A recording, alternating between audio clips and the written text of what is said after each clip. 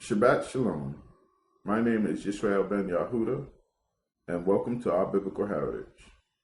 We are going to be discussing today the Passover. We're going to be discussing the Passover based on the fact that there is, as usual, much false doctrine, much false information. You have those who tell you that we can't keep the Passover outside the land. You'll have those who tell you that, we have to have the Levites or the priesthood. You'll have those who tell you that the commandments say that we shouldn't and we would be disobeying Yah if we do. And what we're going to do is we are going to go to the scriptures and we're going to see what the scriptures say. Now, I want to read this small introduction. I actually wrote this lesson and I put notes on the internet where what I'm presenting you could actually go read, with the exception of maybe a small portion. But just for the sake of clarity, I decided to make this video because a lot of times people don't like to read. So I'm making this available on the video so that we can all have access to some very important, vital information. Correct? Mm-hmm. All right, let me read this introduction. It says, of course, this is a very vital subject. Many will use the following verses, and there are verses they will use for you not to keep the feast. They will also twist the events of the execution of Yahushua to claim the same. For this reason, they'll say Yahushua didn't participate in the Passover, during the Passover. He isn't sitting at a Passover meal. He was just having a meal, breaking bread, basically. They'll say that he didn't. He wasn't executed during the hours of the Passover. Okay. Now, I want to say something. A day is from sunset to sunset. Are we correct? Yeah. Okay. So, from the time of the preparation of the Passover, which is the daylight portions of the latter half of a day, the Passover lamb is slaughtered and prepared. And when the sun is set, this meal is being prepared and cooked and so forth, that when the sun sets and the evening comes in, we come to the hour of the Passover meal, we sit down and we have the Passover.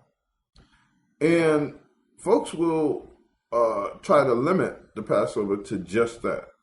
Now, there's still hours, because we just entered in. You're coming into the first part of that particular 24-hour day. That full day. And the Passover happens on the first portion of that day. Now, because Yah had set that unleavened bread would follow on the following day, that the daylight hours of the Passover day, that segment of time, is a preparation time in preparation to bring in mazat, or unleavened bread. We all understand that, right? Okay.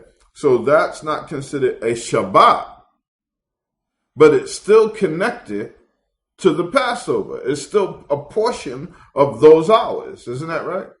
But the set-apart portion of those hours are the evening when the meal's been prepared, when the meal's being eaten, and then it says to leave nothing when the daylight hours of preparation come up.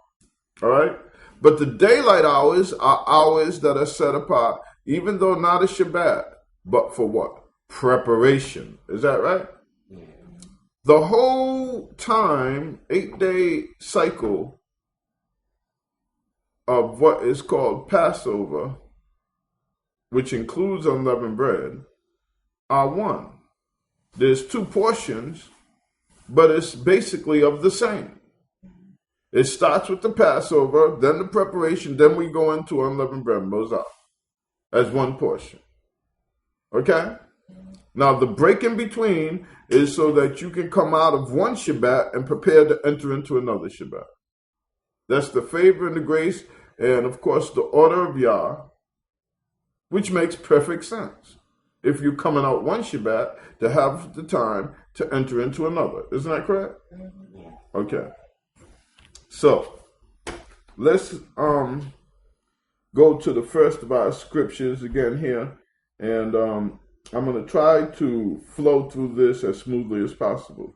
If you would go with me to Devarim, 16th chapter, starting from the first verse. I'm going to say to you that these few words, these portion of instruction, you must understand that those who will ensnare you will use a paragraph, will use a phrase from scripture, and they will hang that trap, that snare on you, and they won't read in content, so they will not read the full of what the message is relaying.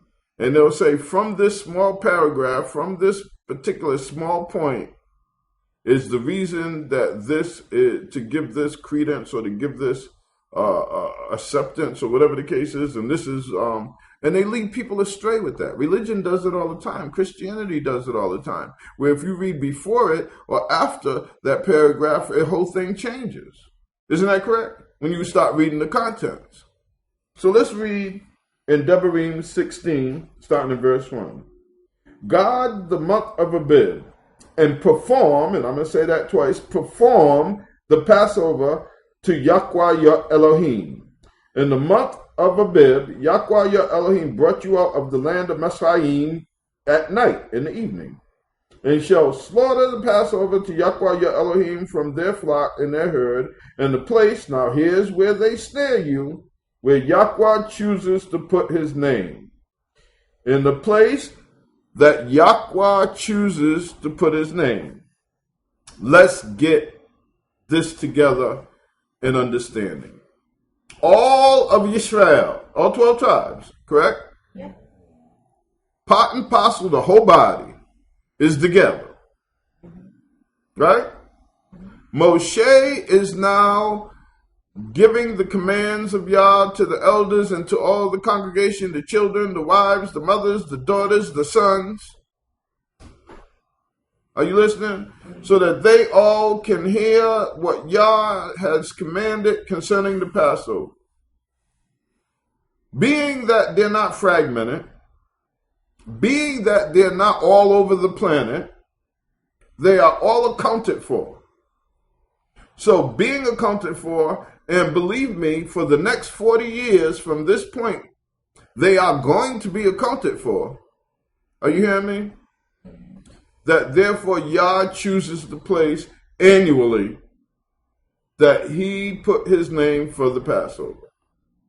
Is that correct? So this is in context. This is the way you should view this. You can't, you know, this, we're not fragmented. We're not spread out yet.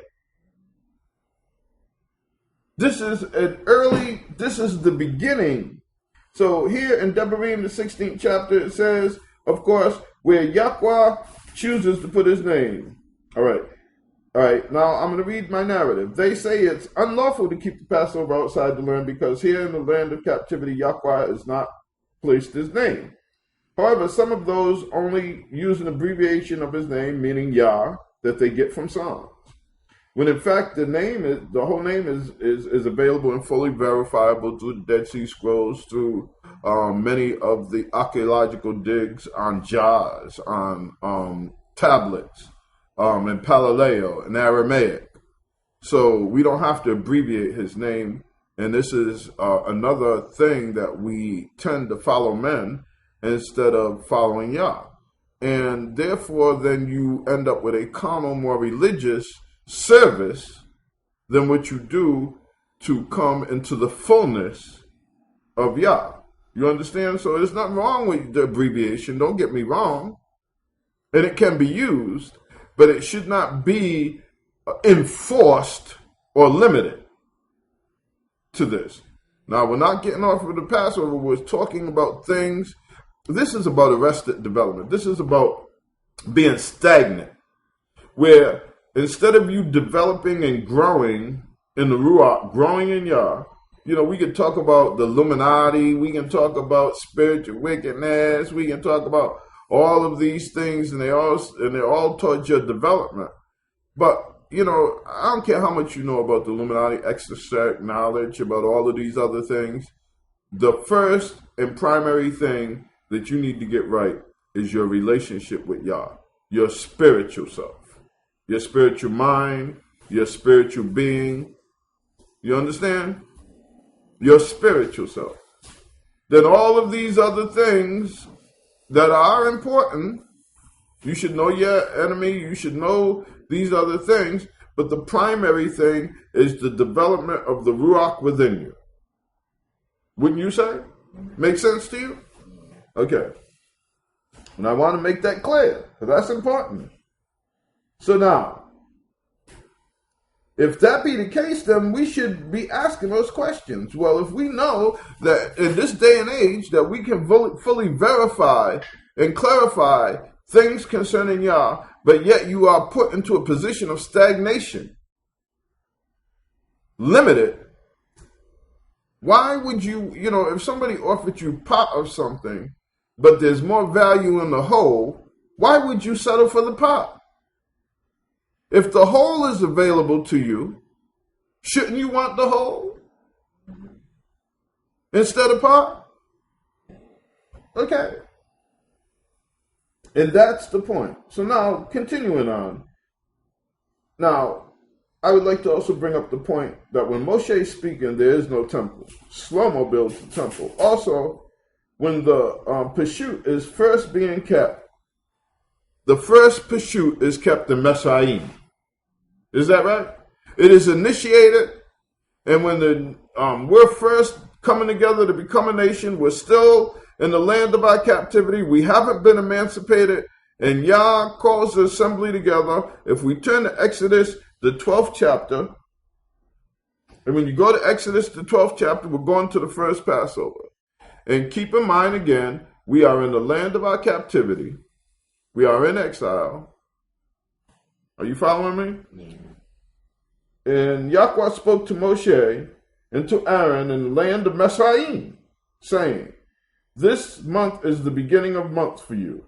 It is the first month of the year for you, the new year. Speak to all the congregation of Yisrael, saying, on the 10th day of this month, each one of them is to take for himself a lamb according to his house, and according to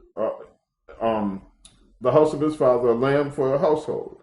And if the house is too small, then take a lamb for him and his neighbor next to him, according to the number of the souls, and according to each man's need. And you are to make your count for the lamb. Let the lamb be perfect one, a male a year old. Take it from the sheep or from the goat. Could either be sheep or goat.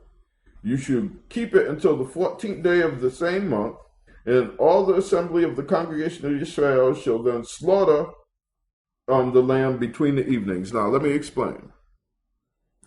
Between the evenings, we have the evening of the Passover, the latter, right? Mm-hmm. And we have the evening before the Passover, which we would call the day of preparation. Day starts in the evening, so the first portion of the time of preparation is when? In the evening. So if we're in between the evening, what time, what hours would that be? If we're in between the nights? What's in between two evenings? 10. Day. The daylight, right? Mm-hmm. So in between these two evenings, during the daylight, take and slaughter and prepare this lamb or goat. Isn't that right? So I want to also make that clear. See, Yah, we tend to put more burden upon ourselves by certain elders. Oh, it's got to be a lamb. Oh, it's got to be this way. Or we can't do it because of this and that and the other thing and so forth. Here, Yah even then says, hey, lamb or goat, didn't he? Yeah. So now we speak of the lamb because the lamb is preferred, right? Yeah. To the goat. But Yah still makes provision. Because see, Yah is, he's in his intellect, his foresight, he's making provisions because he is, of course, fully understandable, fully aware of our circumstances and our situations. So therefore, he has made provisions so that we are able to meet. He's accommodating us, is what he's doing. Okay, a lamb or a goat. You following me? Yah's not unreasonable. Hallelujah? Mm-hmm. Okay. But this instructions that's given is given where? Where are we when this instruction is the first pursuit and we're receiving these instructions? Where we at? Huh? We're in Mesraim. We're in Egypt. We are still under the rulership of Pharaoh.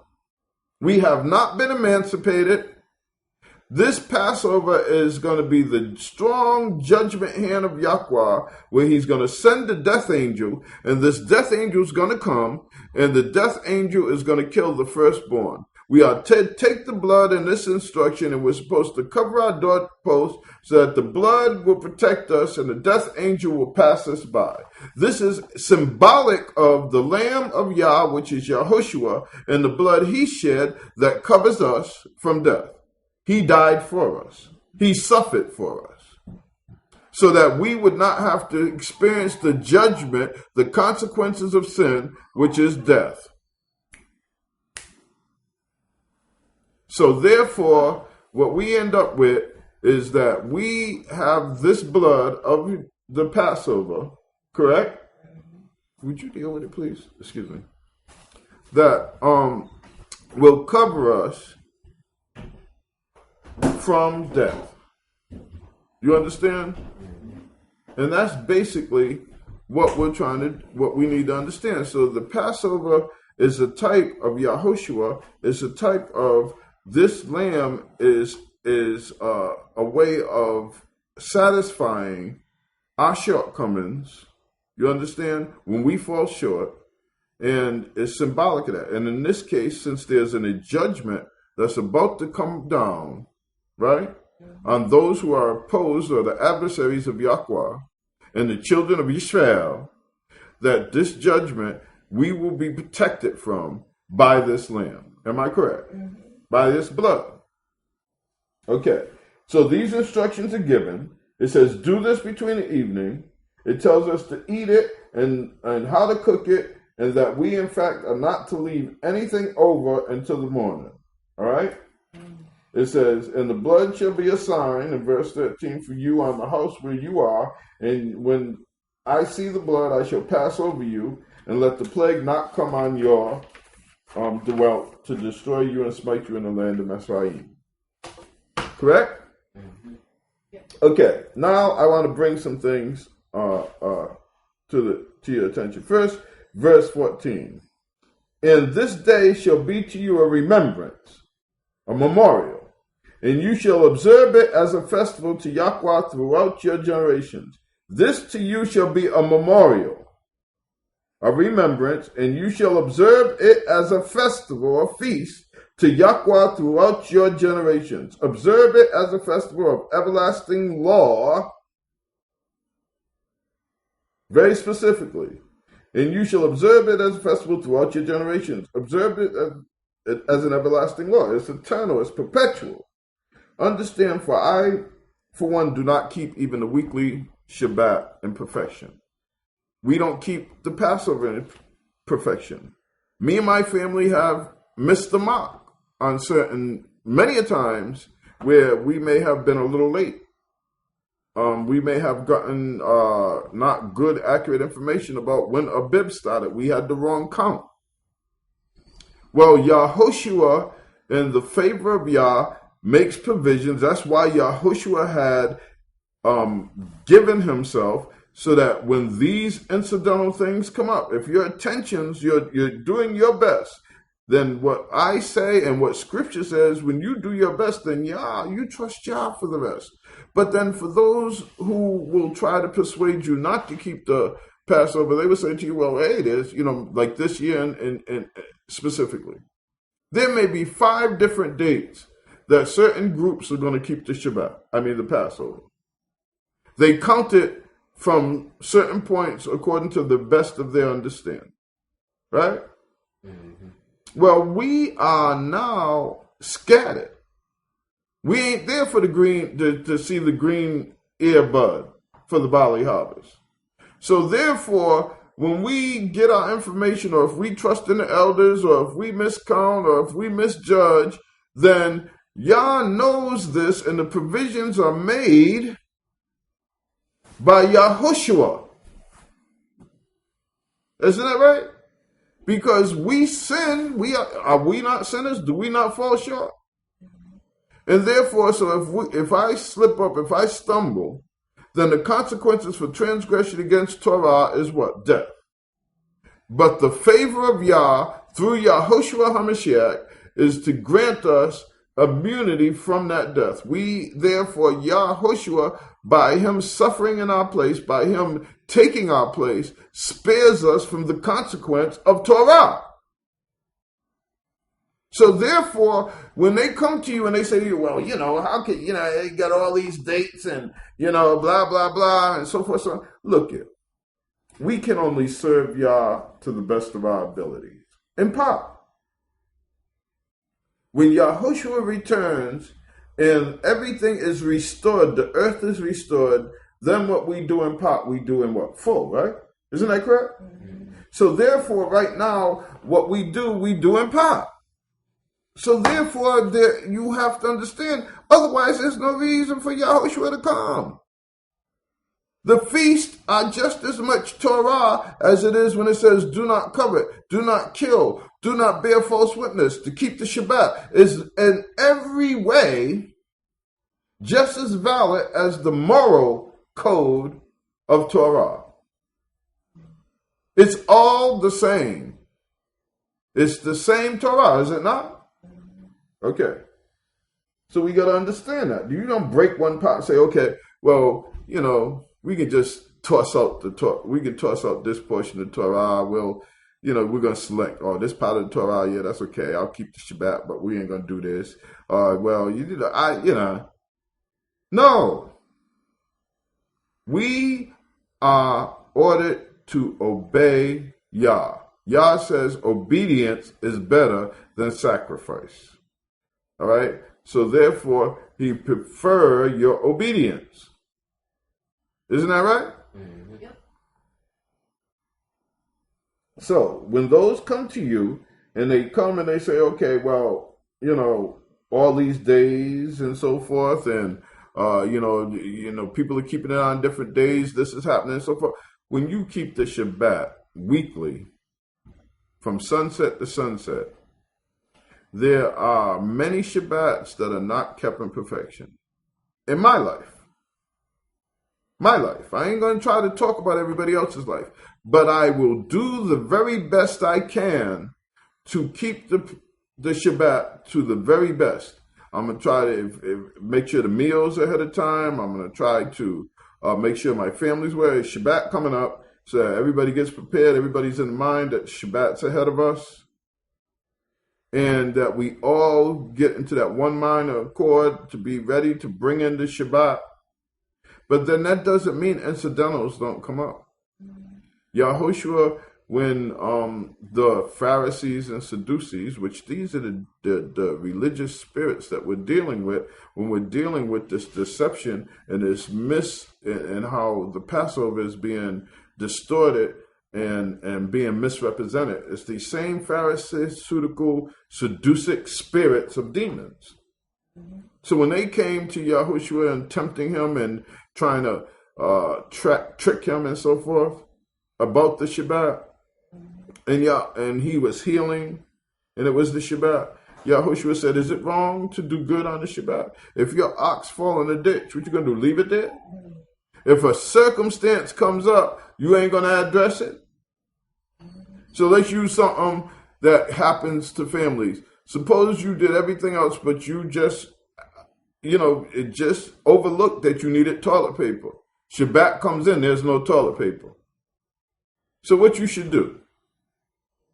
Just ain't nobody got nothing to clean themselves with. So I guess you just leave it that way on the Shabbat. I know I'm talking about something that you may consider a little disgusting, but it's also a necessity. Or should you just do the simple thing and go get the toilet paper that you forgot? You see what I'm saying?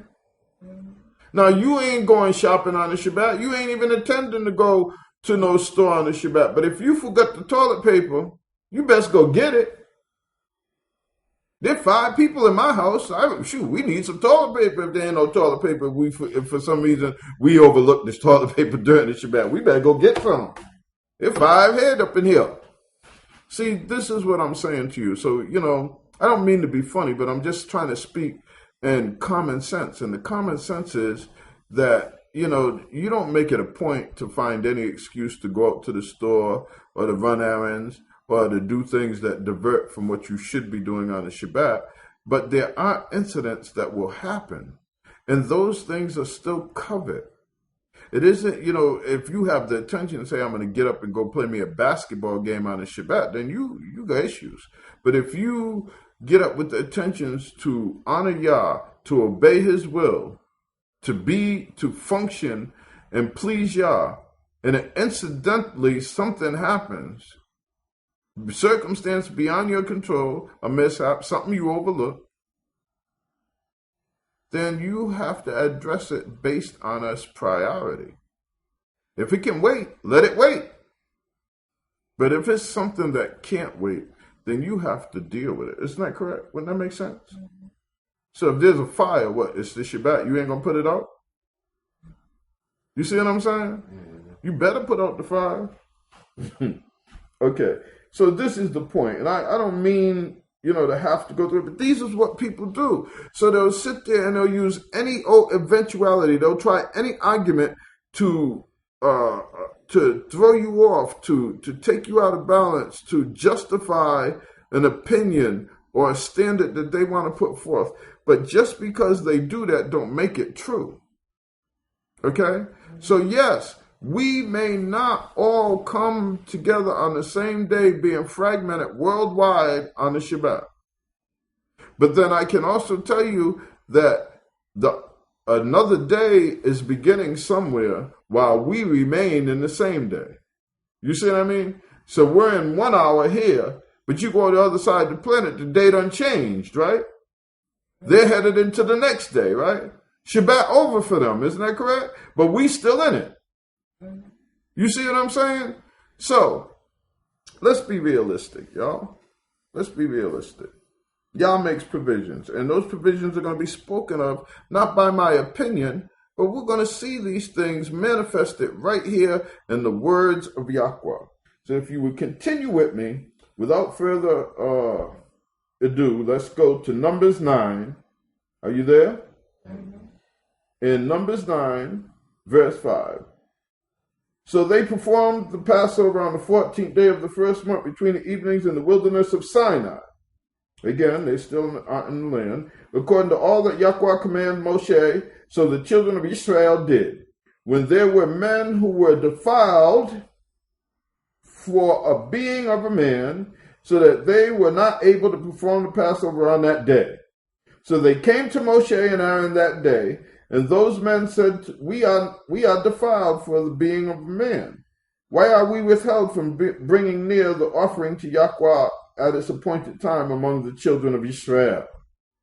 And Moshe said, now listen, wait, let me hear what Yahweh commands concerning you. Now, these brothers who were defiled had a heart to want to serve Yah. They want to keep the appointed time. They want to keep the Passover. Why should we be withheld? We love, this is important to us. All right? So therefore, it is a priority in their life that they are able to partake and to do the Passover. Is this correct? To the point, they're so burdened by it, to the point they're going to come to Moshe and Aaron and say, hey, we don't want to be excluded. You see what I'm saying? And Moshe said to them, wait, let me hear what Yahweh commands concerning you. And Yahweh spoke to Moshe, saying, speak to the children of Israel, saying, when any male of you or your generation is unclean, for a being or is in a faraway place. I want you to hear this. Please hear this. This is verse 10 of Numbers 9. This is Torah. Or is in a far away on a journey, he shall still perform the Passover of Yahweh. Now I'm going to ask a question. Did I misunderstand that? Now, isn't this crystal clear? If you are away, you're not in the land. You're not in Yisrael. You're fragmented throughout the whole planet. The provision here in the 10th verse of the book of Numbers, which is Torah of the 9th chapter, says, you shall still do what? Perform what? The Passover. Is that correct? I should be able to stop. This lesson should be over. There shouldn't be anything else I need to tell anybody. But do you know that they will find something to try to exclude this very crystal clear instruction? They will try to distort it. They'll try to reason it. They'll try to tell you that that's not what Yah means. They'll twist it. They'll do anything. So what we're going to do is we're not going to settle for just what is said right here in this portion of Torah. Believe me, in other portions of Torah, the same statement is made, but we're going to go through this and we're going to find out. We're going to go through the instructions. We're going to hear from Yahushua. We're going to know what is the instructions for us even after the time of the Yahushua. We're not going to stop there. But I am going to make this point one more time. Speak to the children of Yisrael when any male of the generation is unclean of being or is in a faraway journey, he shall still perform the Passover of Yahweh. So we're clear, right? Faraway journey. We're clear, right? Okay. If we want to know if these instructions are relative to us right now, after Yahushua, even to say, okay? Let's find out. Turn with me, if you will, to 1 Corinthians 5:4. 1 Corinthians, the 5th chapter, the 4th verse. Let me know when you're there. You there? Chapter 5, verse 4. Okay. 1 Corinthians chapter 5 and verse 4. Let's read what it says. It says, in the name of the Master Yahushua HaMashiach, when you are gathered together in my spirit and with the power of the Master Yahushua HaMashiach, deliver such as one to Satan for destruction of the flesh in order that the spirit be saved in the day of the Master Yahushua. Your boasting is not good. Do you not know that a little leaven, speaking of unleavened bread, leavens the whole lump? Therefore cleanse out, now listen to the instructions, the old leaven, so that you are to be a new lump. So let me stop for a minute. Get rid of this pride, this arrogant, this stiff-neckedness. Get rid of all of the old leaven so that you become a new, fresh, reborn creature in the kingdom of Yah under the covenant of Yahushua that is sealed by Yahushua. You with me? The renewed covenant. And it goes on to say, so that you are a new lump as you are unleavened, for the Messiah, our Passover. What did it say? The Messiah, our what? Passover was offered for us. So then let us observe the festival. What did it say? Observe the festival. What? So it just talked about unleavened bread and the Passover, right? So the festival or the feast that we're to observe according to these instructions then would be the Passover and unleavened bread, right? It made clear to let us know that Yahushua is the Passover. It said, get rid of all of this old leaven, all of these old ways, all of these attitudes, all of these philosophies, all these doctrines, following behind the Pharisees and the Sadducees and all this other stuff. Become renewed. Get all that old leaven out. Be renewed in the spirit of your mind. Be renewed in the spirit of your mind. And become a new creature. You following me? So if you're new, a new person, the old person dead. All the old ways, all of the old thoughts, all of being religious or following behind man or idolizing people and opinions and being a sheep, following behind I'm going with the crowd. Stand up. Have some courage. A lot of you even know better, and you'll still, just because you feel comfortable, just because you like the fellowship, just because you want to be friends with such and such. Is it more important for you to maintain a friendship or to be part of something that is an error than what it is to do thus says Yah? What's more important, friendship or Yah? And this is what we must do. We cannot let the things of this world take us off. Because he who loves the world and the things of the world more than Yahweh is not worthy of Yahweh. That's what Scripture says. That's plain Scripture. Okay? So let's go on. It says, I'm going to take you to Acts, the 2nd chapter. And this is after the Messiah. We went to Corinth, and Corinth is receiving instructions. And one of the instructions to the Corinthians, which is in Europe, by the way, but these Corinthians are receiving instructions. There's some Israelites there, and there's some who are not Israelites there. And whether Yisraelite or not Yisraelite, they are being instructed that they let us observe the feast, not with old leaven, nor with the leaven of evil or wickedness, but with unleavened bread of sincerity and truth. Sincerity, integrity, and truth. Sincerity, integrity, and truth. Let us observe the Passover. Let us acknowledge the Passover. Let us receive the Passover. Because Yahushua is the Passover. You listening? When we get to Acts the 2nd chapter, I want to read some things to you concerning another feast. But it's important because I want to point out and set up for you the condition of Yisrael at this time after the Messiah. Because see, when we came out of Egypt in the first Passover in Exodus and Devarim, we were whole, right? So we were intact. But now, after the time of the Messiah, this is where we find ourselves. In Acts, the 2nd chapter, 1st verse, it says, And in the day of the Feast of Weeks had come, they were all with one mind in one place. Suddenly there came a sound of the heavens of a rushing wind, and it filled all the house where they were sitting, and there appeared to them divided tongues as of fire, and settled on each of them, and they were all filled with the set-apart spirit, began to speak with other tongues, and the Spirit gave them to speak. Now, in Jerusalem were dwelling the Yahudim. They were Yahudim from Yahuda, dedicated men. They were dedicated to the covenant from every nation. Where were they from? Every nation under the heavens. Yet they were Yahudim, and they were dedicated to the covenant. Am I right? But they're scattered now from every nation under the heavens.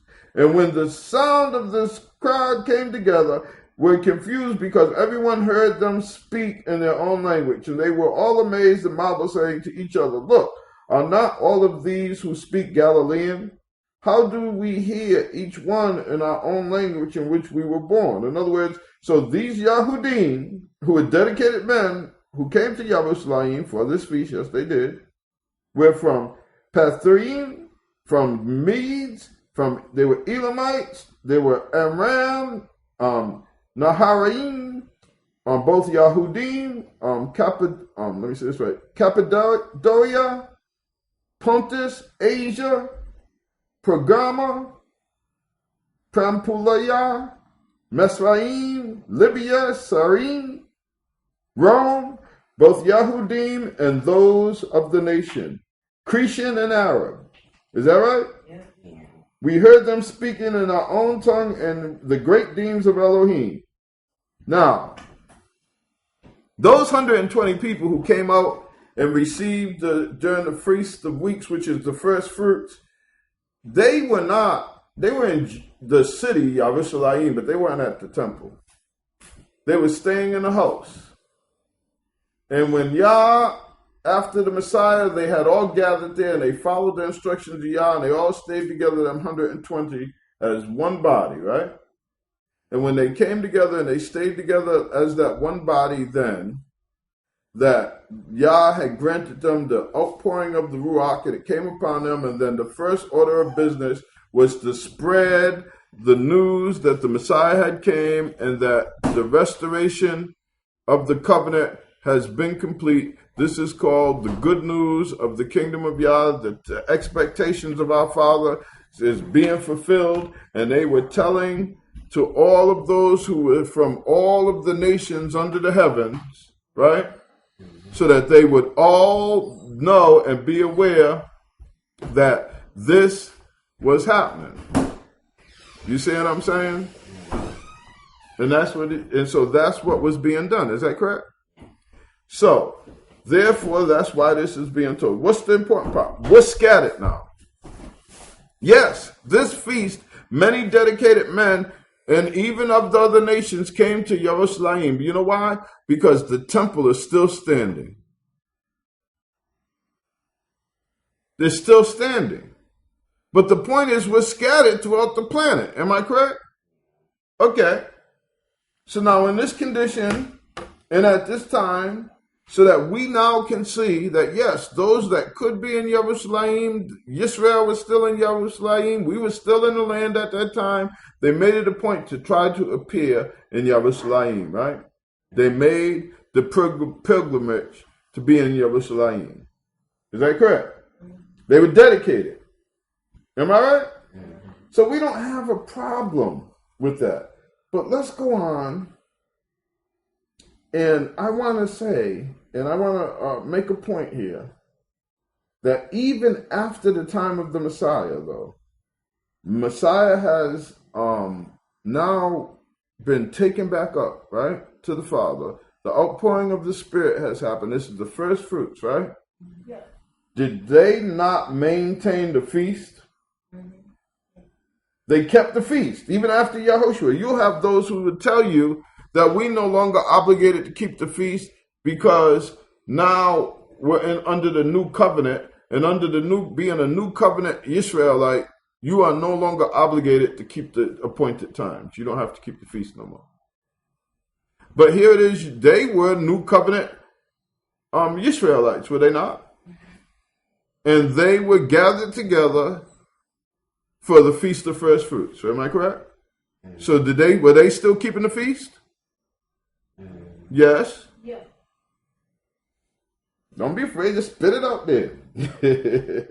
Okay? Now I can sit here and go on to quote these names and so forth, but we're going to move on. So if we move on to Matthew, the 26th chapter, and we're going to go to Matthew, the 26th chapter, and we're going to read some things. The first thing is, when did Yahushua come together to have what many call the last meal, his last supper? What was this last supper? What was this last meal that he had when him and his chosen one, his students, got together and they had this meal? So we're going to go to Matthew 26 chapter and verse 1, and we're going to find out, because you'll have those who will come in, because I'm dealing with all of this. I'm not trying to deal with one angle of false teaching. I'm going to deal with every angle of those who try to corrupt the purity of what the Passover is, what it should be, what's taught, what is true, and what isn't. Because there's so many different lies concerning this particular feast, the Passover. You should wonder, why is that? So let's get to this. Okay, Matthew 26:1. Let's find out what in relative to Yahushua and the Passover. And it came to be, when Yahushua, in verse 1, ended all his words, he said, his taught ones, you know that after 2 days the Passover takes place, and the Son of Adam is to be delivered up to be impaled. Then the chief priests and the scribes and the elders of the people came together at the court of the high priest, who was called Qayaphah, and plotted to seize Yahushua by trickery to kill him. But they said, not at the feast, at the upcoming Passover. So even these here demons said, we can't do it during the Passover, lest there be an uproar among the people.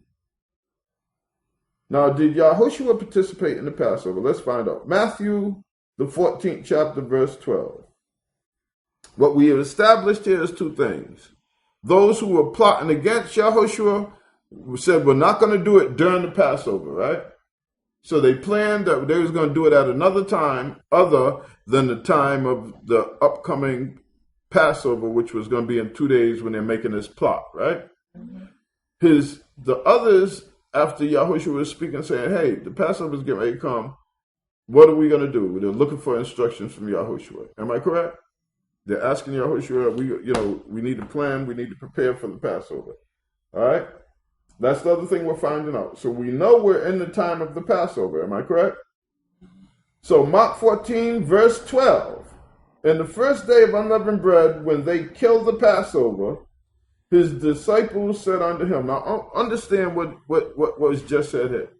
On the first day of unleavened bread, because some people call the whole time the Passover. Some people call the whole 8 days or the whole period of this particular set apart first feast, they call unleavened bread. So you get those who would just call it mazah. During the Passover, we have mazah, unleavened bread. Okay? Passover is part of the unleavened bread that follows. So some called it unleavened bread, as you see here. Some simply say Passover and to mock this whole time. You see what I mean? Hello? Okay. Whether you call it unleavened bread or you call the time the Passover, it doesn't change the practice, though, does it? The practice is still the same. All right? And in the first day of unleavened bread, again in verse 12, when they killed the Passover. So the first day, what he's saying is, evening comes first. I have to get up. Please forgive me. I must stand up for this. So in the first day of unleavened bread, right? When they kill the Passover. The evening comes first. You got a daylight hour here. When this daylight hour is over, the Passover is going to come in. During this daylight hour, they're saying that this is the first day, or what they're saying is this is the preparation day for the upcoming Shabbat or set apart time, right? So they, in the daylight hours, and the day before the Passover, I get a little excited about it. So in the daylight hours, right? Are you listening to me? Before the evening meal called the Passover, they have to then slaughter the lamb or goat, right?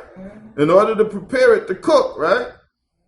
So that they can have for the Passover. Is this correct? They do this during those daylight hours, which they include in this version. They include it and say, this is the first day, set apart day. They set this apart because the preparation time is set apart just like the time or the Passover or the Shabbat itself. Now, let me explain why.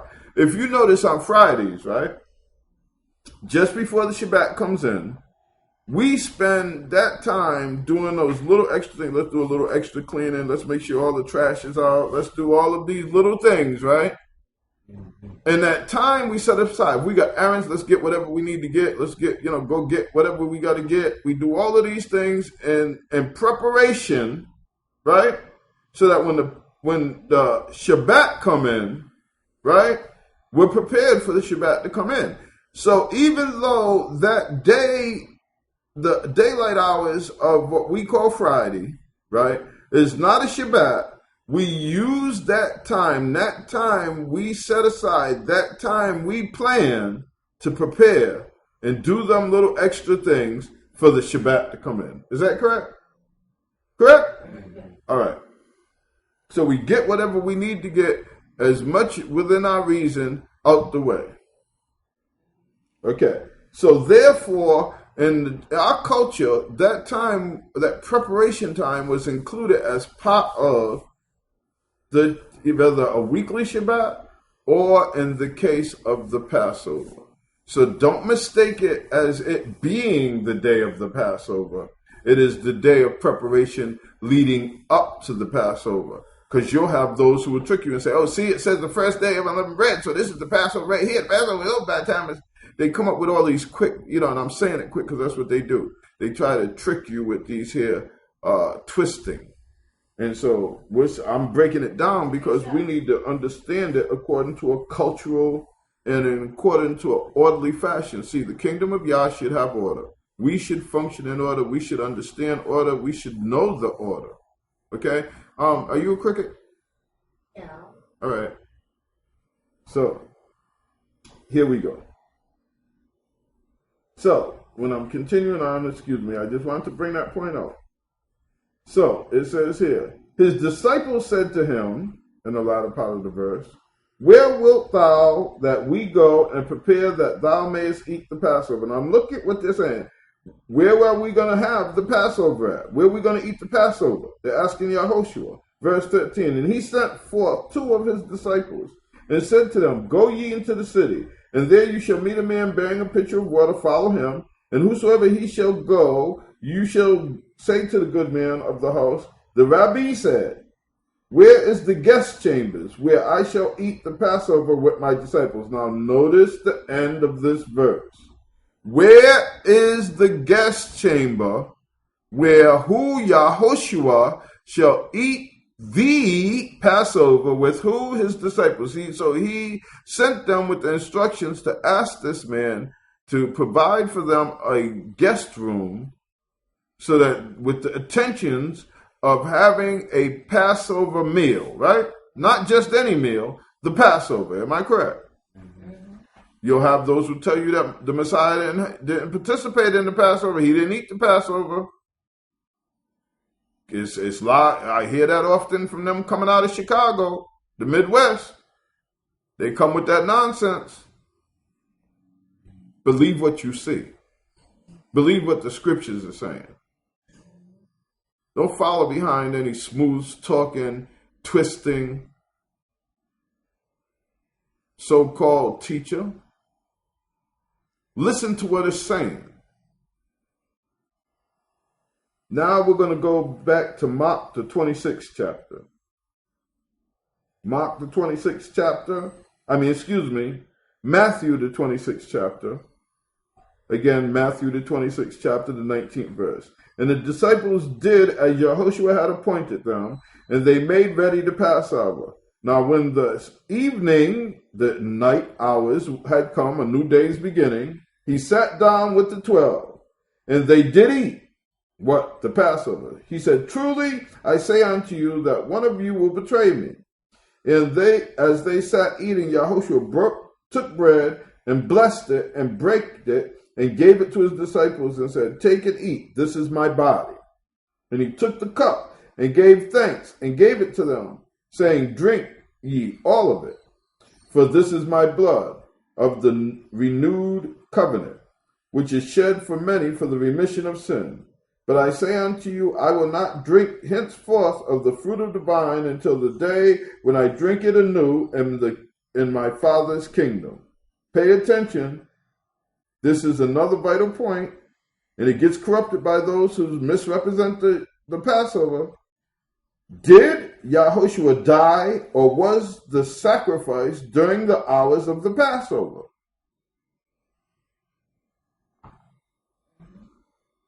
I'm asking this question. Okay, let me explain. The evening came in. This is the first part of the day. The Passover meal happens in this evening. Yah and his provisions, when the daylight hours come, is still the hours of the Passover, but it is also the time of preparation for the upcoming first day of unleavened bread, which the first day of unleavened bread is a high Shabbat. So here we see very clearly what you see with your eyes, what you read and you comprehend with your mind, that indeed the Messiah ate the Passover. But even after he eats the Passover, after they all consumed the food, drank the wine, did whatever, the Passover, the hours of the Passover are over because this is the first half of the day. It's the evening. We still got a whole bunch of Passover, of hours of the Passover left. even though it's not considered, the daylight hours are not considered a Shabbat, even though they are considered a time of preparation for the upcoming Shabbat, that's the provision that has to be made because we're going out of one and into another. So the evening hours are given as set apart. The daylight hours are just simply given as preparation. But they are still set apart for what? Preparation, aren't they? Mm-hmm. They're not set apart for anything else. They're set apart for you to now prepare for what's ahead. Another Shabbat. So let's continue on. This is what we got to do. We got to, in other words, we have to have a Eastern, we got to see through Hebraic eyes. We got to put the sequence of events in the order of our culture, our customs, our traditions, how we did things, how we managed the time, the hours, what was significant about them to us. You understand? We can't just, overlook, take for granted these things. All of these elements are important in us understanding the Passover and for you to understand so that those people cannot come up and cause you to be stagnant into some disbelief or some misunderstanding of something that's simple. You need to understand the sequence. And this is the sequence. And you must understand how those things are relative to our culture and how we function and how we understood them, what they meant to us, what was the priority. It's all important. So here we go. The time of preparations of daylight hours. Did in fact the Messiah die during the time of the Passover? Okay, many say no, but this would be a lie. You see, the day before unleavened bread is the Passover. In fact, Yahushua died during the hours just during the preparation of the time of unleavened bread, but the hours of the Passover. Verse 47. You ready? And while he yet spoke, lo, Yahudis, the one they called Judas, one of the 12, came, and with him a great multitude with swords and staff, and the chief priests and the elders of the people. Now he that betrayed him gave them a sign, saying, whomever I shall kiss, that is the same that you shall arrest. It says hold fast. It means to arrest him. Okay? Forthwith he came to Yahushua and said, greetings, Rabbi, and kissed him. And Yahushua said to him, friend, wherefore art thou come? Then they came and they laid hand on Yahushua and seized him and took him. And behold, one of them which were with Yahushua stretched out his hand and drew his sword and struck a servant of the high priest and smote off his ear. Then Yahushua said unto him, put up again your sword. Put your sword away, put your weapon away into his place. For all that they take the sword shall perish by the sword.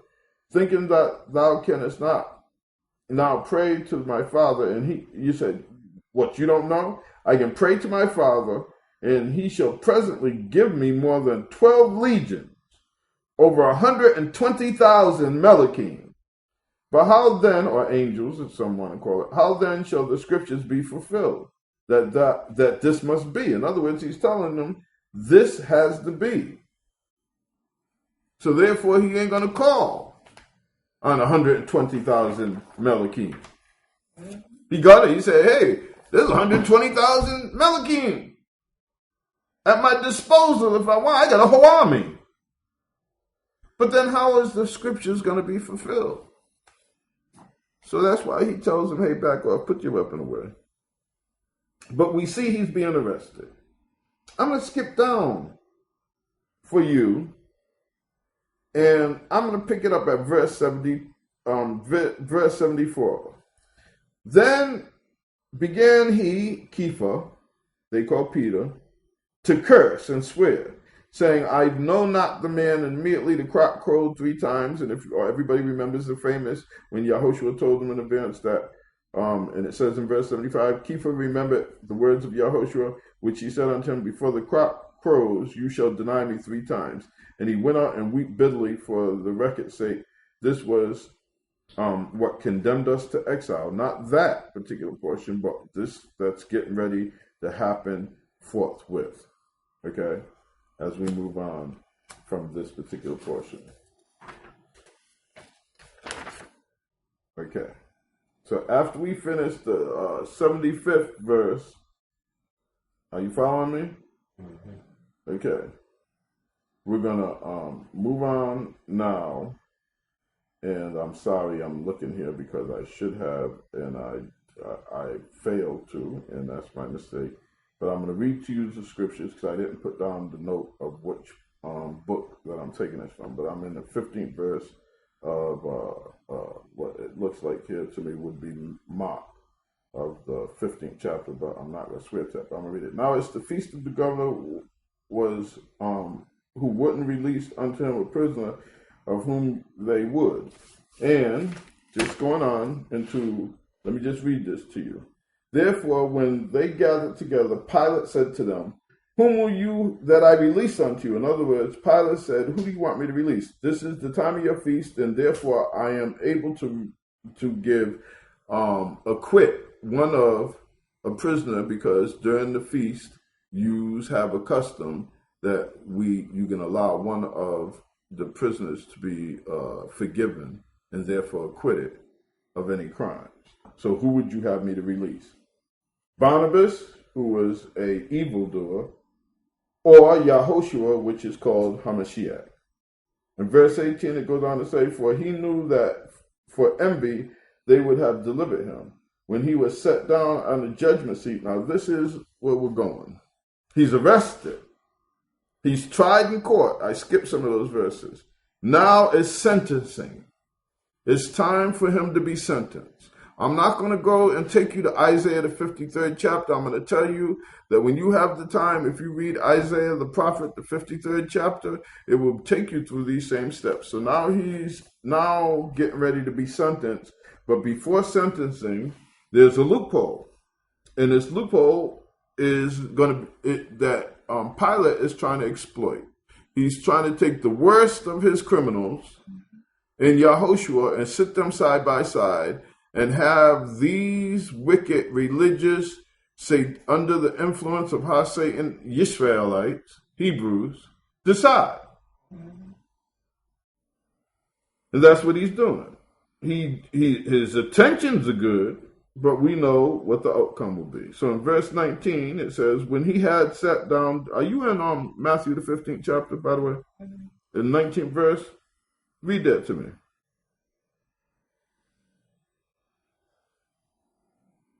I mean, not Matthew, I'm sorry, Mark, the 15th chapter, the 19th verse. Oh, don't worry about it. It says, and when he had sat down to the judgment seat, his wife sent unto him, saying, have thou nothing to do with this just man? In other words, Pilate's wife believed in Yahoshua. Pilate's wife said, don't condemn this just, righteous man. She's telling her husband. I'm going here, and I'm sorry I have to do this because I'm pretty much sure where I'm at, but I just want to confirm where I'm at by going here. And yes, in fact, that's where I was. So we're in the 15th, we're in Mark, the 15th chapter is what I'm reading from. Okay? And I just wanted to make sure, for some reason, it didn't come out here in the print. So I just want everybody to be able to follow.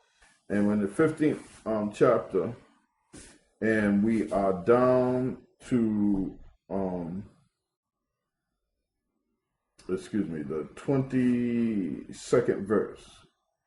And Pilate said unto them, what shall I do with Yahoshua, which is called Messiah? They said unto him, let him be crucified, the 23rd verse. And the governor said, why? What evil has he done? But they cried out the more, saying, let him be crucified, the 24th verse. When Pilate saw that he could prevail nothing, but rather a turmoil was made, he took water and he washed his hands before the multitude, saying, I am innocent of the blood of this person. See you to it. In other words, you do it. You do it. Pilate said, I'm not going to condemn him. I am not going to rule against him. If he's going to be condemned or ruled guilty and worthy of death, you do it. To who did he say this? The Israelites. What are we proving here? That as we go through the daylight hours, he was taken in the very morning. The crop closed 3 times. The reason that the rooster's crowing, because the sun's just coming up, is the earlier, the first part of the day. By the time we get to what's called the 6 hours, we're about noon. We get to the 9th hour, we're starting to get into the early evening, just before the sun's get ready to set, but like the latter part of the day. It was broken down in 3-hour segments. So now what was happening is we're in the afternoon, or the earliest part of the afternoon, and at this point, the cock done crowed in the morning. He done been, they brought all these charges, and they brought false witnesses against him. He was tried in court. Then after him being tried, now it's time for sentencing. And Pilate washes his hand, and he said, if you're going to sentence and condemn this man to death, you do it. See, you hear all kinds of stories concerning this. You need to know the sequence of events. Why did I jump from book to book? And I'm sorry I forgot to write down Matthew. But the reason I'm jumping from book to book, because there's details. Details, important details, that sometimes we don't get. So, after that, in the 21st verse, in the 25th verse, this is what condemned us to the events of 68 through 70 AD, the beginning of our diaspora, the same exile that we remain in today. This is the words of our fathers that condemned us to this exile. Hear these words. And these words are in the 25th verse, and they go like this. Then answered all the people, all our fathers, all of the Israelites, and said, his blood be on us and on our children. The judgment of his life, his blood, the blood of Yahushua, they said, when Pilate said, if you're going to condemn this man to death, I wash my hands. I refuse to condemn him to death. I am not going to sentence this just man to death. He's not guilty of a crime. I wash my hands. If it's going to be done, you elders of Yisrael, you do it. And their reply that condemned us to this day was this. Then the answer of all the people, and he said, his blood be on us and on our children. We are the children of these.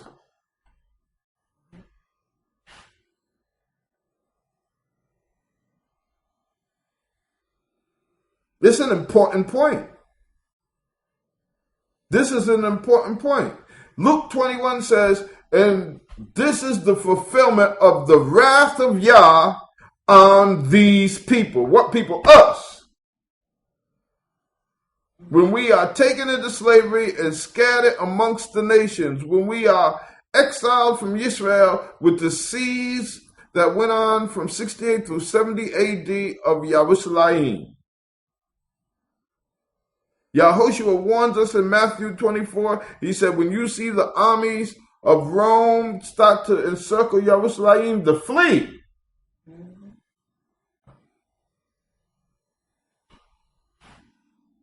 Now, skipping over to verse 32, and it says, and as they were going out, they found a man of Cyrene, Ethiopian, Simeon by name. They compelled him to bear the stake. And I want to bring that out. Stake, not cross. And when they had came to the place called Golgotha, that is to say the place of skulls, verse 34, they gave him wine mixed with bile to drink. And after tasting, he would not drink it. And having impaled him, beat him down. They divided his garments, cast lots that it might be filled what was spoken of in the prophets. They divided my garments amongst them, and for my clothing they cast lots. And sitting down, they got at him, he was under arrest, and they put up over his head written, charged against him, this is Yahushua, the king of the Yahudim. And then they hung him and nailed him to an execution stake and murdered him. This is Mark 15? Yes, the 15th chapter of Mark. And murdered him. Killed him.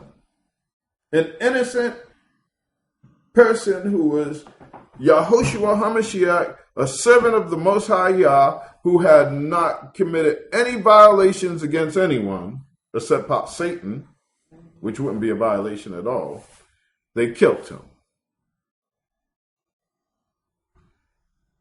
They tortured him, beat him down, spit on him, punched him, whipped him, threw stones at him, kicked him. His body was tore up, swole up, bleeding. By the time he even gets, that's what impale means. Impale means they basically jumped him, beat him down viciously. That's why the Ethiopian Simeon carried his execution stake. And then they nailed him to it, and they hung him there to bleed to death and die. You understand? All of this happens during the daylight hours of the Pashut, the Passover. Are you with me? Peshat, if you want to call it that, during the Passover. It's still the hours, the daylight hours of Passover. I have to go through this with you. You must understand, please bear with me. I don't make this video because I want to show off, because I don't care if, anything about Papa. I don't care if there's only 5 people who get this message who needs it. Here's what's important. If you don't know the details, if you don't know the sequence of events, then you have people tell you that the Messiah did not die on the Passover. You'll have people tell you that he didn't eat the Passover. You'll have people tell you and twist the whole sequence of events. And if you are not knowledgeable, if you don't understand the culture, the custom, the history, if you don't understand what the day meant, if it was set apart, if it was set aside, doesn't mean it was a Shabbat where there wasn't no work that could be done. What it did mean is that it was the hours to prepare for the upcoming Shabbat that was going to fall between the evening of the first of the Passover and the evening coming of unleavened bread. But it's still the Passover. And now we have Yahushua, who is now on the execution stake, hung, dying, bleeding, suffering. And I want to skip over. This is proper knowledge. You've got to know these things. So, we're talking about people coming in and taking you for a fool, counting on you not to know, not to have proper knowledge, not to understand, not to be able to recount to them what is the facts, the sequence, the order, what happened, the events of this particular Passover day.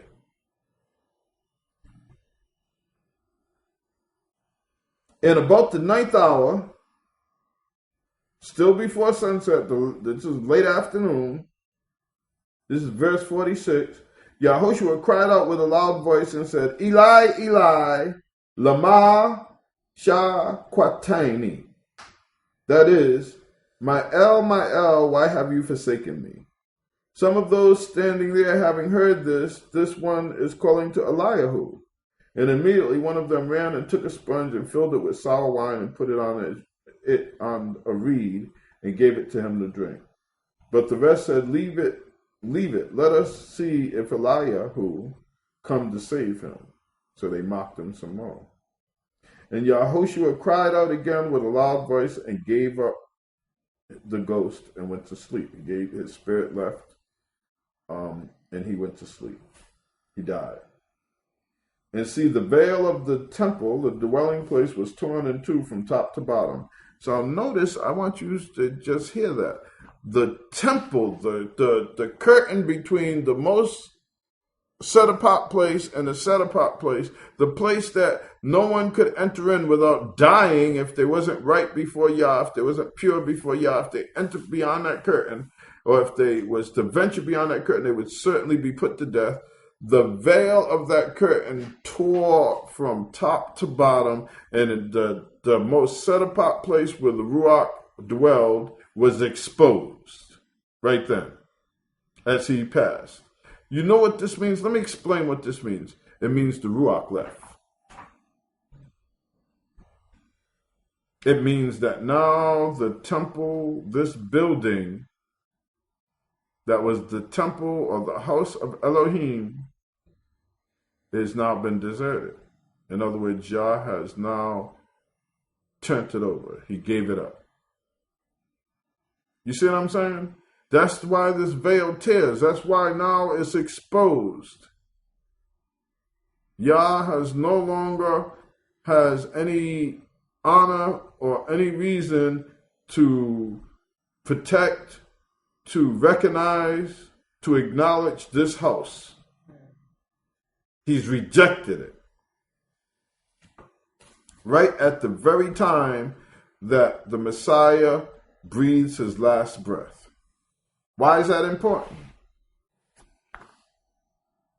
The Lewi, the priesthood, is temporary. The tabernacle in the wilderness was temporary.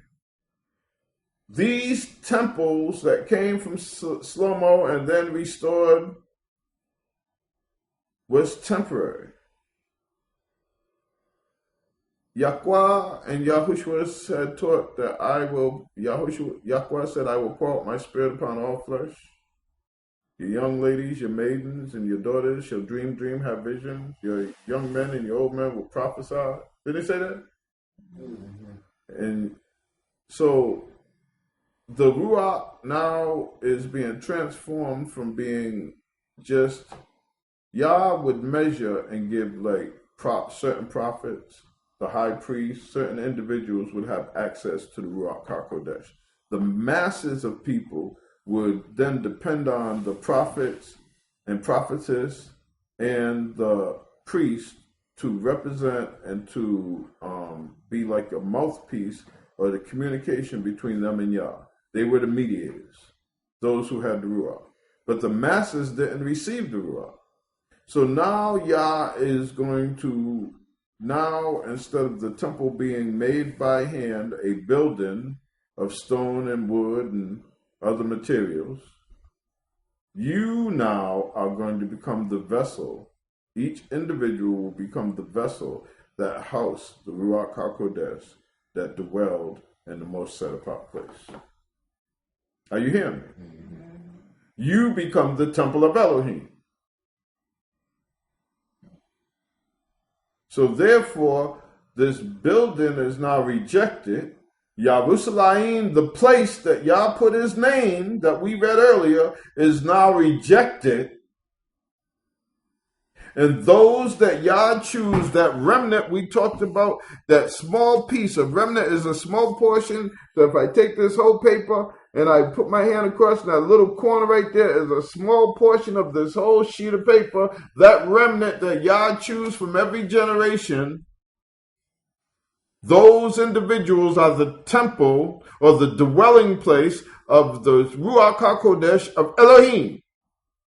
No longer is it Jerusalem, Yerushalayim. No longer is it Yisrael, the land. And no longer is it the building in which the temple, the veil is torn. You need to understand these things. People trick you because you got to have this deeper spiritual experience and understanding. So where's Yah's name? Do you know? Where did Yah put his name now? Where's Yah's name today? In Torah. Let's find out. Let's turn to the book of Revelation. I know where Yah put his name in Torah. Let's turn to the book of Revelations with me, please.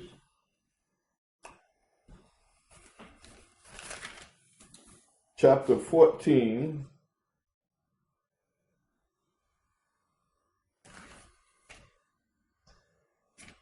Are you there? Chapter 14, Revelations? Okay, chapter 14, Revelations. Let's see where Yah put his name after the veil's torn, after the most set apart places exposed, after the land, the Yerushalayim, the land of Yisrael, and the temple of Yah is now rejected. Let's find out where the name of Yah is. Verse 1 of chapter 14, and it reads, and likewise, and I looked and saw the Lamb, notice the Lamb, the Passover, standing on Mount Zion, and with him 144,000, having his Father's name written upon where? In their minds. In their foreheads, right? In their mind. Where's Yah's name dwell? So you're going to tell me that you'll let somebody trick you and tell you, we can't keep the Passover outside the land because we can only keep it in the place where Yah put his name. Where's his name? In you. You let them deceiving demons tell you things and you just run following men. I didn't make this up. I ain't write Revelations 14 verse 1. Where is the name of Yah? Where is it? Yah put his name where? In us. Did he not? Yeah. So therefore, that demonic lie that you've been hearing is just that. Falsehood. A demonic lie.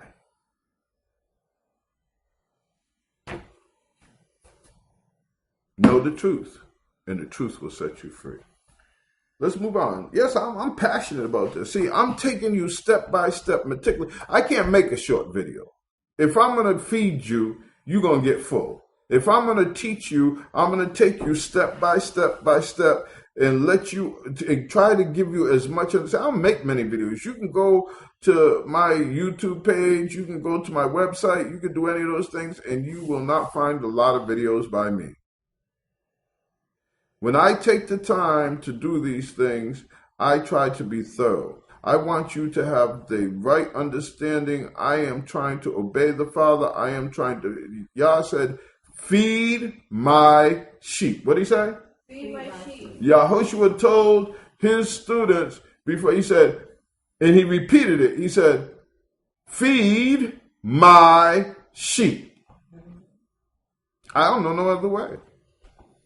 I don't know no other way to do this.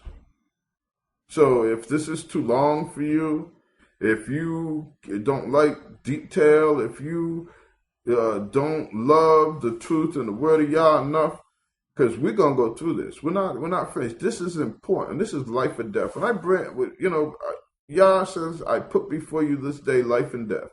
Choose ye life that you may live.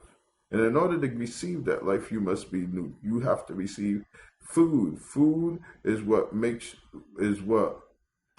keeps you alive. It's what gives you vitality. It's the fuel that brings that keeps you moving, that keeps you living.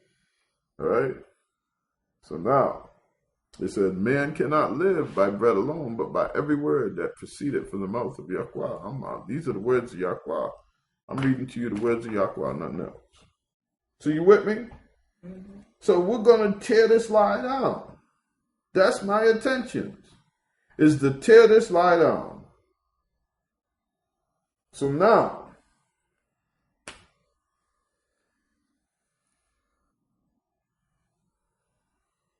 we have covered that the Messiah is executed. It's still the latter part of the afternoon, right? Proving Yahushua died during the Pashut day before the Feast of Unleavened Bread. Why is it important? Because those who deny you should keep the Passover depend on you not having proper knowledge. Those are my notes. I'm just going over them. All right. So now, we're going to continue this with Luke, the 22nd chapter. Are you listening? Luke, the 22nd chapter, the 15th verse. Yes, we're going to take a step back because I'm going to make sure that you understand these hours. I want you to make sure in the mouth of 2 or 3 witnesses, let all things be established. So we have the witness of Matthew. We had the witness of Mark, right? Then we have those 2 witnesses. Let's get Luke as a 3rd witness. You ready? The 22nd chapter, 15th verse, and it reads this wise. And he said unto them, with great desire I have desired to eat this Passover with you before my suffering. Who said this? Yahushua. Verse 16, for I say unto you, I certainly shall not eat of it again until it is filled in the kingdom of Elohim. Verse 17, and taking the cup, giving thanks, he said, take this and divide it amongst yourselves. For I say to you, I shall certainly not drink of the fruit of the vine until the kingdom of Elohim come. And taking the bread, giving thanks, he broke it and gave it to them and saying, this is my body which is given for you. Do this in remembrance of me. Verse 20, it says, likewise the cup also after supper, saying, this is the cup of the renewed covenant in my blood, which is shed for you. And again, what did he say? This is my body which is given for you. Do this in remembrance of me. Now I'm going to stop. People will tell you, and a non-messianic will say that, they don't believe in the new covenant. First of all, neither do I. I don't believe in no New Testament. They say New Testament. Nobody, that's a Christian term. They always try, when non-messianics try to twist and play games, they say, well, there ain't no new covenant. Then there isn't. Renewed, restored covenant. We are restored unto the covenant. The covenant was broken by our fathers. Our fathers transgressed against the Most High. They didn't keep the covenant, the agreement that they made. All that thou say, Yah, we shall do. They broke that. Is that correct? Mm-hmm. Through Yahushua HaMashiach, we are restored back into the covenant. We are then reconciled with Yah. Restored covenant. Renewed covenant. Not no English Christian term, New Testament. So we're going to kill that game in this process too. So continuing on, this is crystal clear. Do this in remembrance of me. Do what? Keep the Passover. That is what this was. Do this, do what? They were having the Passover. That's what they were doing. They were performing the Passover. Am I correct? Mm-hmm. Now, let's examine more concerning the Passover and see if we can keep it outside the land of Yisrael. Let's be clear about this. Does the scripture make it plain to you and me, to all of us, that we can keep it out the land? We already seen the Torah where Yah said if you was on a far journey, right? We read that, right? Numbers 9. We read it in Devarim, right? So we read it twice in Torah that if you were away, if you were not in the land, that, there was provision for you to keep the Passover, right? But let's see if after the Messiah is gone, if there are any accounts of anyone in Scripture keeping the Passover outside of Yisrael, North Africa, not Middle East, outside of North Africa. Let's find out. Turn with me, if you will, to 1 Corinthians 11:17. 1 Corinthians 11:17. Let me know when you're there.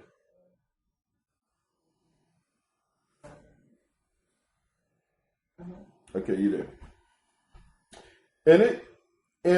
In declaring this, I do not praise you, since you come together, this is the 17th verse, not for better, but for worse.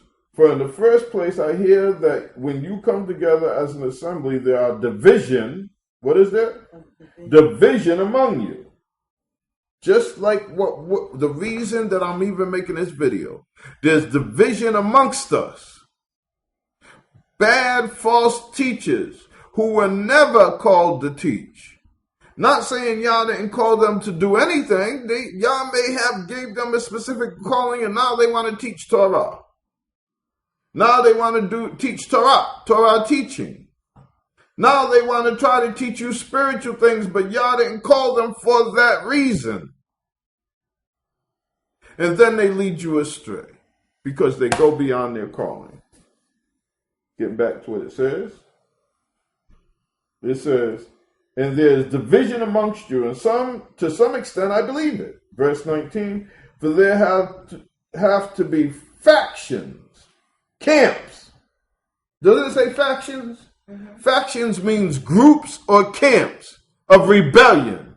If they're factions, they are adversarial groups against one another. They're divided against one another. That's why they're called factions. So you got this group who's divided over here, and that group divided over there, and that faction over there. When they talk about war and these today, they talk about terrorists and stuff, and they say there's this terrorist faction over here in opposition to this faction over here. Ain't that the words they use? These camps divided against themselves. Here it is, Saul said there's division amongst you and there's these factions. You see what this is all about. Wow, factions and divisions against one another. And Saul says to some extent I believe it. In verse 19, for there have to be factions even among you, so the approved ones, those that Yah approved ones, might what? Might be revealed. Those that Yah approve of might be revealed. Because see, when y'all use little camps come together against one another, then those who Yah approves of is revealed. The true servants of Yah are revealed. You see? So when all of you want to practice wickedness and deceit, and you want to play these religious games, and you want to have all this carnal stuff play in church still, superficial relationship, think you can do what you want, come together on the Shabbat and act like you righteous.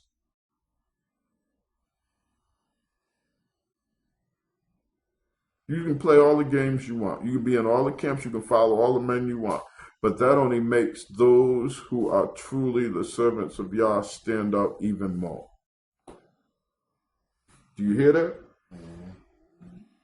It says, it's, wow. I mean, this is deep, you know. If you really consider what's being said here, this is a very, very deep saying. It says, in verse 19 again, for there have been factions even among you, so that the approved ones, those chosen and approved by Yah, might be revealed among you. Those who are really righteous and are set apart they'll stand out from amongst you. So when you come together in one place, is it not to eat the Master's Supper? Verse 21. For when you eat, each one takes his own supper first. In other words, you run to the food like gluttony. And one is hungry and another is drunk from the wine. Have you not houses to eat and drink in? Or do you despise the assembly of Elohim and shame those who have not? What shall I say to you? Shall I praise you in this? I do not praise.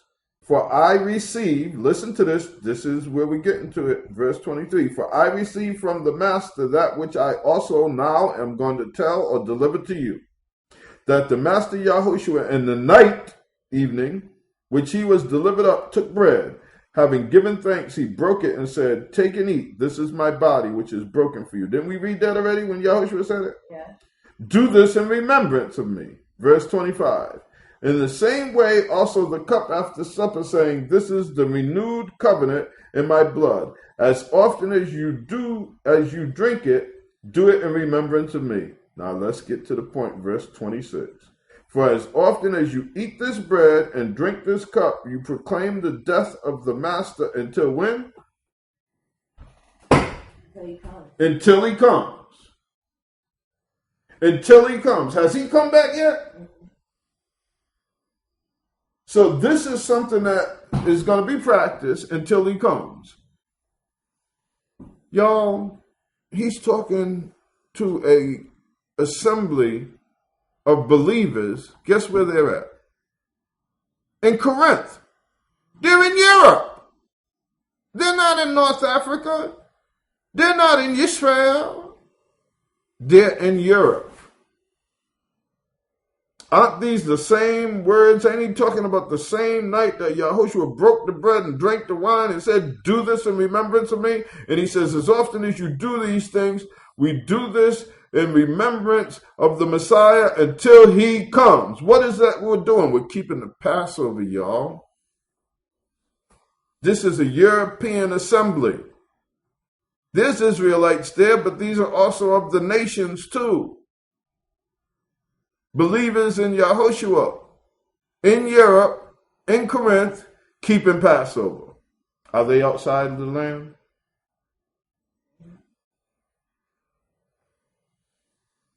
There's Israelites there. They're outside the land. And Paul's complaint, Saul's complaint is that some of them are abusing, or they're not worthily keeping the Passover, right? His complaint is that Jews have developed factions, and you've got all kind of carnality going on, and you're doing all kind of wickedness, and you're supposed to be keeping a set apart time, the feast of the Passover. You're all drunk, and we're more worried about eating the meal. Yeah, it may be delicious, it may taste good, but you're more worried about the meal than keeping the Passover. You see what I'm saying? That's what he's saying. If we break it down into contemporary terms, they more worried about, oh man, let's eat. Oh, this wine good. You see what I'm saying? Verse 27.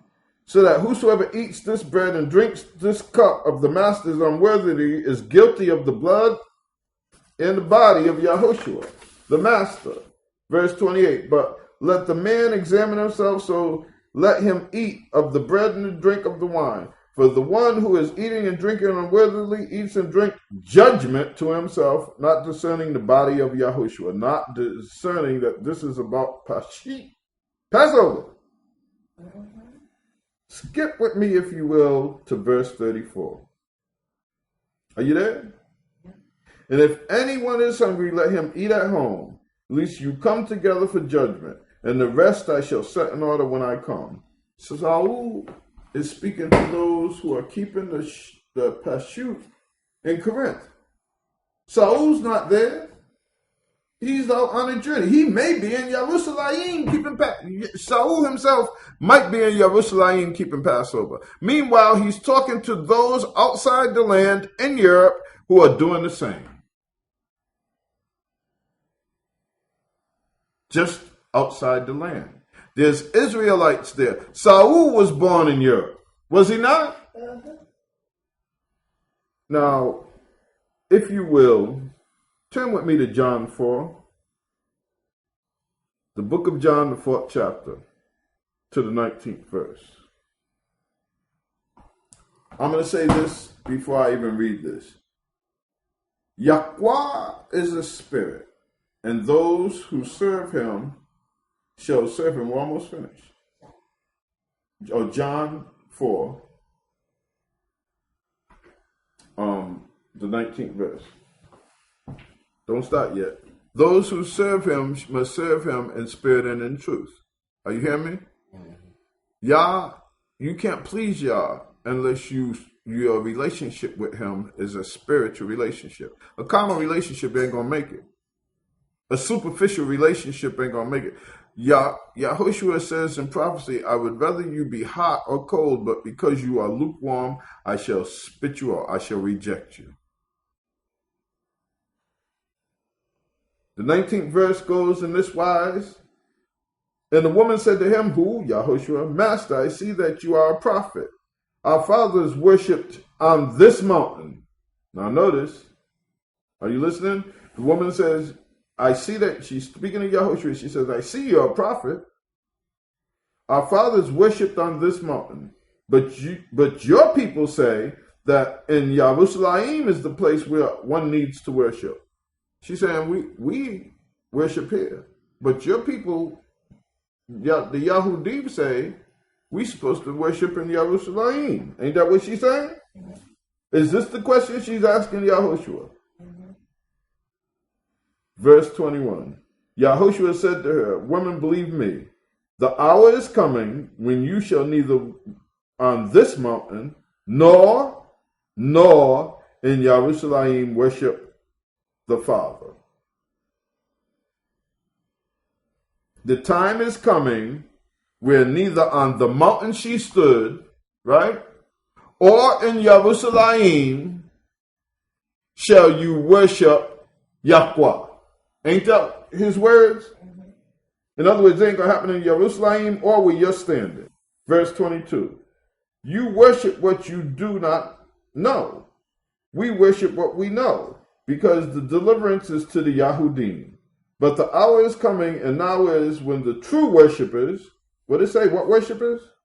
The true, loyal, dedicated, set-apart worshipers shall worship the Father in spirit, in the Ruach, and in what?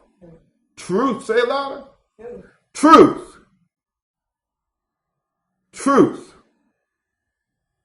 In the Ruach and in the purity, in the integrity of truth. Are you hearing me? For the Father also does seek such to serve him, to worship him. To worship means to serve. The true servants shall serve the Father in spirit and truth. For the Father also does seek such to serve him. Verse 24. Elohim is of the Ruach, is the spirit. And those who serve him need to serve him in spirit and in truth. Verse 25. The woman said to him, I know the Messiah is coming, and that the one who is called the anointed, chosen, when that one comes, he shall announce to us all. Yahushua said to her, I am speaking to you. I am he. Now, Yahushua just taught this woman that neither in Jerusalem nor in Yisrael shall the true, set-apart, dedicated servants of the Most High serve Yah. He said, but the true, dedicated servants of Yah will not serve him by religion, will not serve him by doctrine, will not serve him according to following behind your camp leaders, your so-called elders, but the true servants of the Most High that Yah seeks to serve him will serve him in the Ruach, right? And truth. Can't get no purer than that. Am I correct? In the Ruach and truth. And I'm going to tell you, there's a sister who, when I was dealing with this on Facebook, who happened to bring that particular scripture out. And I'm going to say that because she was the one who brought that out. And so I made sure that I copied that down because it is quite important. Quite important. This is the very last page of this lesson. And now we're going to go back to Torah. We heard from Yahushua, did we not? Have we proved that Yahushua was killed during the Passover? Was he executed during the Passover? Yeah. Was he not convicted during the Passover? Was he not impaled or beat down during the Passover? Was he not in court and tried during the Passover? He was arrested during the Passover.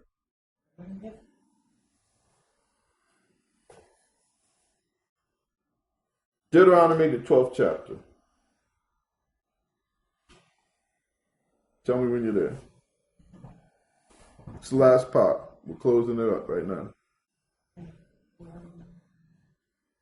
We're going to get this not based on me, not based on men, not based on doctrine, not based on religion, but based on thus says Yah. Torah. Torah. That's where we're going. You there? Chapter 12, starting in verse 1. These are the laws and right ruling which you are to protect God to do in the land. Where? In the land which Yahweh Elohim of your fathers is giving you to possess. All the days that you live on the soil. How long? All the days that you live on the soil. Completely destroy all the places where the nations which you are possessing serve their mighty ones, their other gods. On the high places, the mountains, the hills, and under every green tree. Right? I'm going to skip down to verse 5. But seek the place which Yahweh your Elohim choose out of all your tribes to put his name there for his dwelling place, and there you shall enter.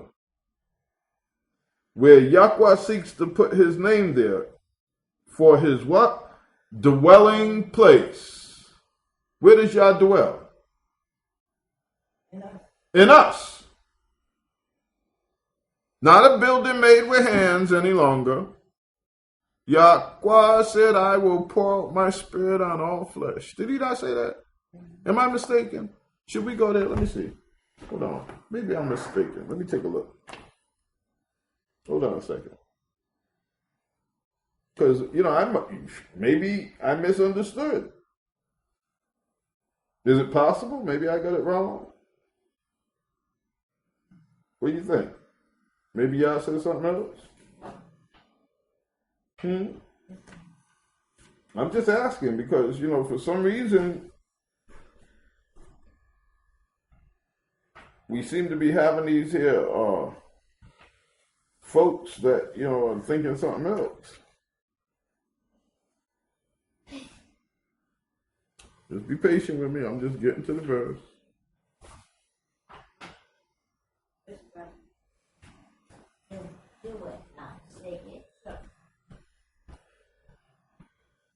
All right, you ready? We're going to go to Yoel or Joel, the 2nd chapter.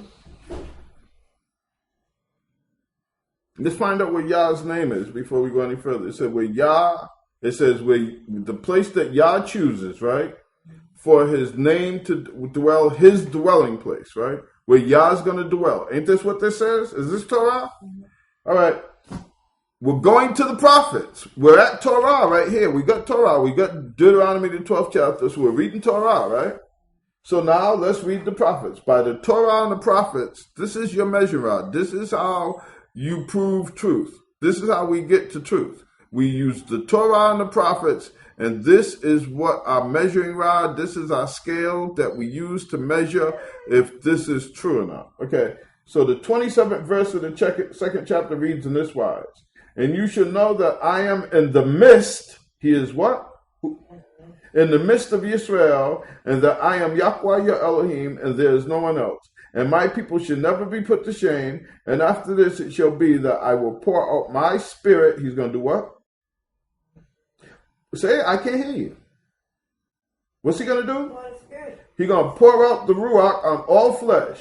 And the sons and the daughters shall prophesy. Your old men shall dream dreams. Your young men shall see visions, right? Mm-hmm. Is that what it's saying? Yeah. And also on the male servant and on the female servant, I shall pour out my spirit in those days. What days? Let's find out, because maybe we got the wrong time. So let's make sure. And I shall give signs in the heavens and upon the earth, blood, fire, and columns of smoke. The sun shall be turned to darkness, the moon to blood before the coming of the great and awesome day of Yahweh. Before the coming. Before the return of the Messiah, right? So we know what day, right? Yah said that he said, verse 27, the beginning again, and you shall know that I am in the midst of Yisrael. So where is Yah dwelling? In the midst of his people, right?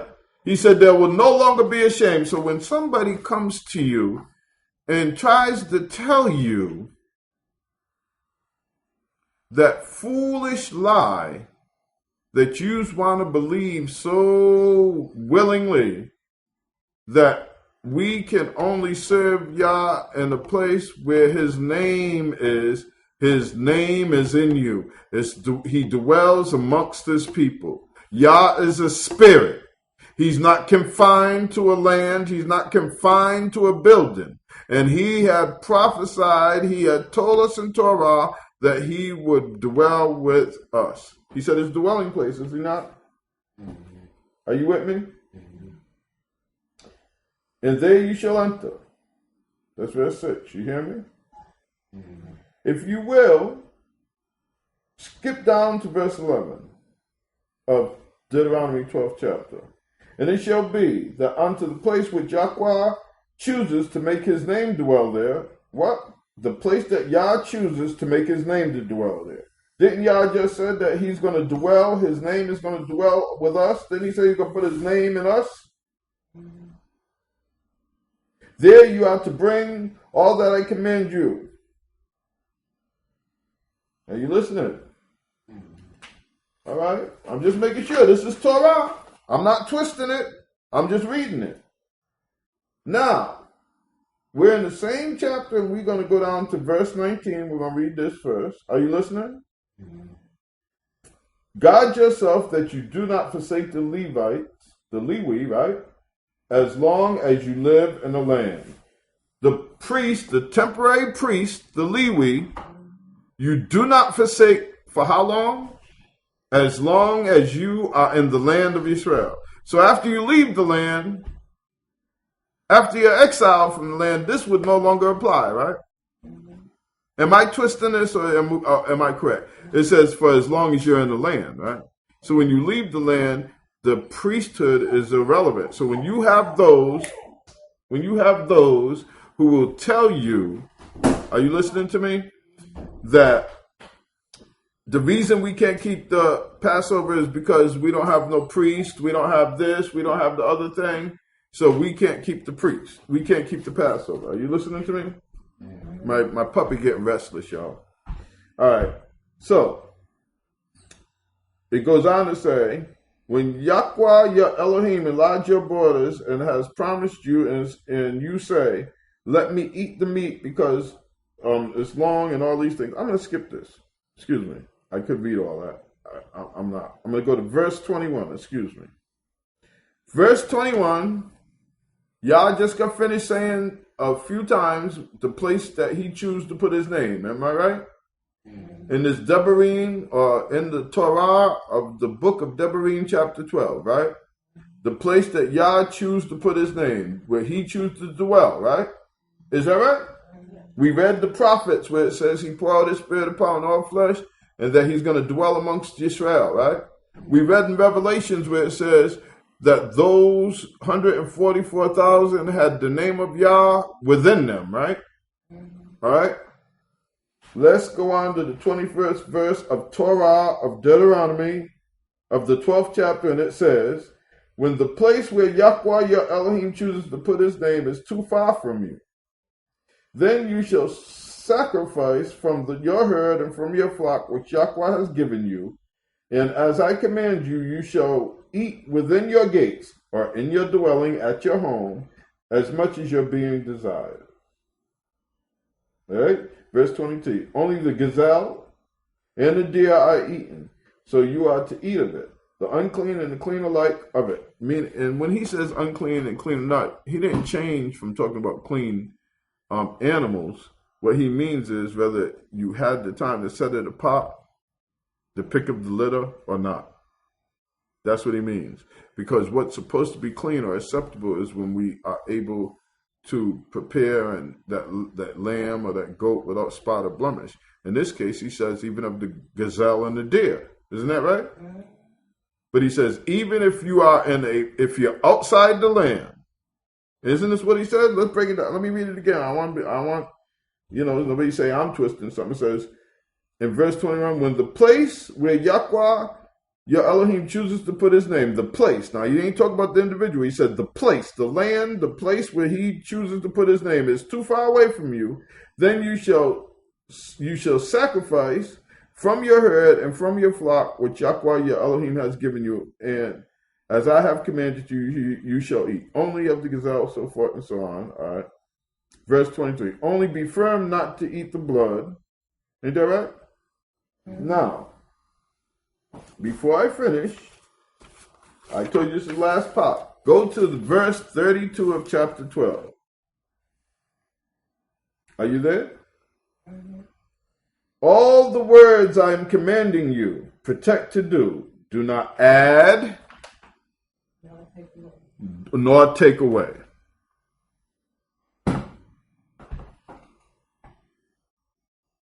Do not add and do not take away. Yah said that the place,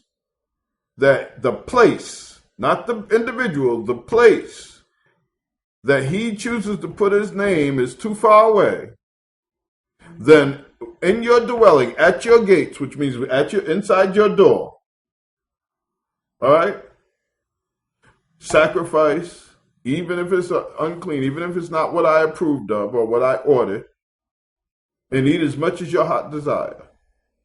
But keep the Passover. Keep the feast. right? Even if you got to use a gazelle or a deer. Now, we went from lamb to goat to gazelle and deer, didn't we? Mm-hmm. Yah made provisions. Yah is not, people paint Yah as though he has no mercy, no understanding of us. Like he's so far removed from us that he don't make no provisions. It's so stringent. Those lying demons will put you under bondage every time. They will put you under bondage. The Torah is in simplicity. Whether you are in the land or outside the land, whether you are you're able to have a lamb, you might have to have a goat. Yeah, try some deer if you can't get the goat. Now, gazelle, I know we ain't going to get none of that.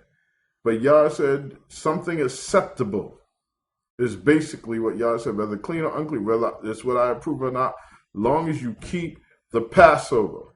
Ain't that right? Mm-hmm.